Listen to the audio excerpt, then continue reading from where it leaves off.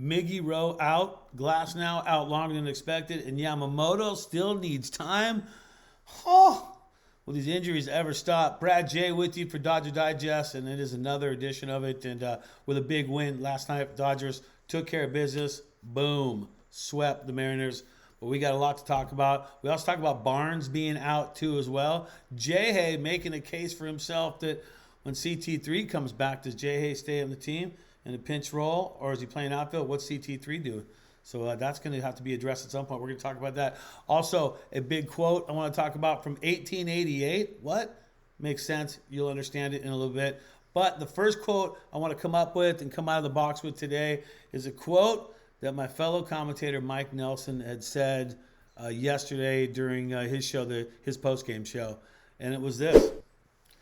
You got to love it when you hear Randy Newman's I Love LA 3 days in a row after 3 straight wins by the boys in blue, the Dodgers sweeping the Mariners. That, of course, Mike Nelson, Dodgers Digest commentator on that one. And I thought, well, I know a little something about that whole story, and I might as well just go ahead and give you the 411 on that scoop. Okay, every time the Dodgers win a home game, they always play Randy Newman's I Love LA, okay? When did that start? A lot of people don't understand. Well, some people may know that I used to be the Dodgers DJ, the in-house stadium DJ from, 2003 to about 2008. So I played all the music during the game. And that's when we came out with it. The McCourts owned the team back in that day, and we're like, we needed a song, and we knew that Boston had their song, and we were like, what did the Dodgers come up with? And then I Love LA came out. I think it was, I want to say that's 2005 is when we did that. 2005 that came out. That was the instruction to me as a DJ that anytime the Dodgers won a game at home, I was to fire off that song, I Love LA.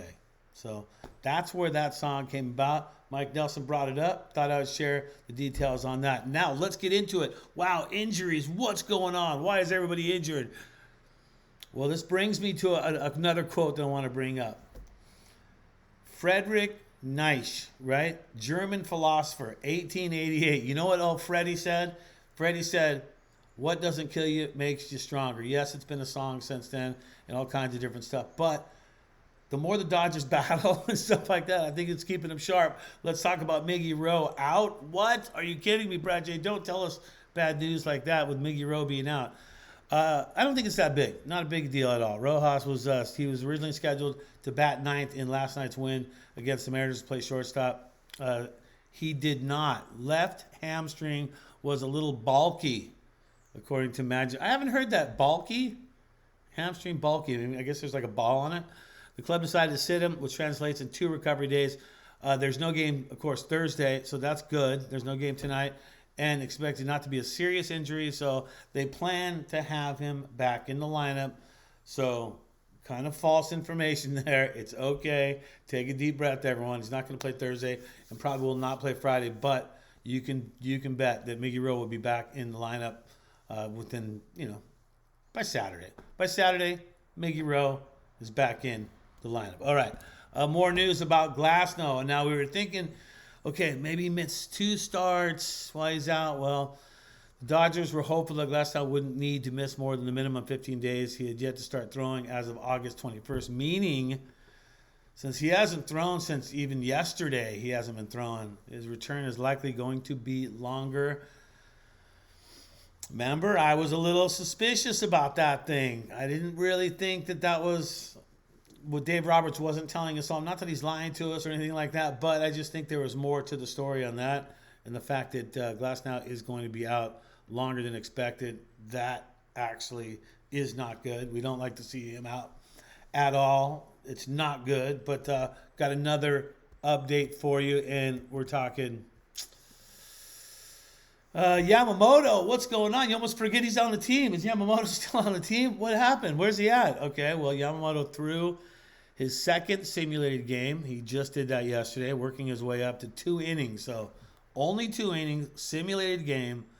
They plan to have him follow up with a 3-inning sim game. So simulate another game, but this time go to 3 innings. And then they're going to send him on a rehab assignment after that. So mid-September, is a fair estimate, is what we're being told right now. Fair to who? Okay? Not fair to the Dodgers. Like to see that guy back in the lineup, and now with Glasnow being out for a little bit of time, that kind of sucks. Okay, but that also brings me to Walker Buehler. All right? Now, my fellow commentator Mike Nelson said, jump ship on this guy. He's not going to do it. He's not been doing it. All the way, he's made one quality start this year. He's been giving up runs, earned runs, blah, blah, blah. It's not looking good, right, for Walker Buehler. But Walker thinks himself that he's just around that corner. And now everyone's like, oh, my gosh, we've heard that before. I've seen in the comments. What are your comments? Should he be sent down to OKC, especially with Glasnow being out longer, Yamamoto out? I think we need him. I think we start Buehler against another team that is not that good. Give a subpar team to give him another chance at it. That's what I think. That's just my opinion right there on that. All right. Barnesy being out. What about that? Well, Barnesy being out, that means a few different things for the Dodgers, okay? Barnesy being out means that another guy's got to come in, right? And who's that guy going to be? Fiducia? I mean, I don't even know if I'm saying his name right. It's his second stint with the Dodgers. This is funny. Like, you see what this says? It's his second stint with the Dodgers. Is it really his second stint? Yeah, he played. He made his major league debut on July 31st, a pinch hit appearance against the Padres, his only at-bat prior to being optioned back to AAA the next day.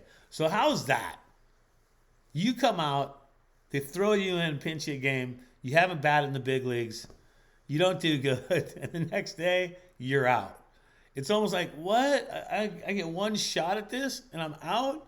How am I out? That's not good, all right? Well, he is coming back, and he's ready to play. There's the record right there. Let's take a look at that record, see? Let's see his stats. Look at those stats right there for Hunter.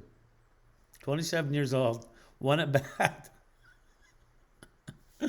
I don't know when's he going to start with Barnes out. You got to think he's got to relieve Will Smith at least one time. He's got to come out and have so Will can get a break. So obviously Will's going to get Thursday off. But will Hunter start on Friday? Will they put him in? He's going to play at some point, and he's going to have more than just that one at bat. So I'm looking forward to seeing what that dude can do. All right.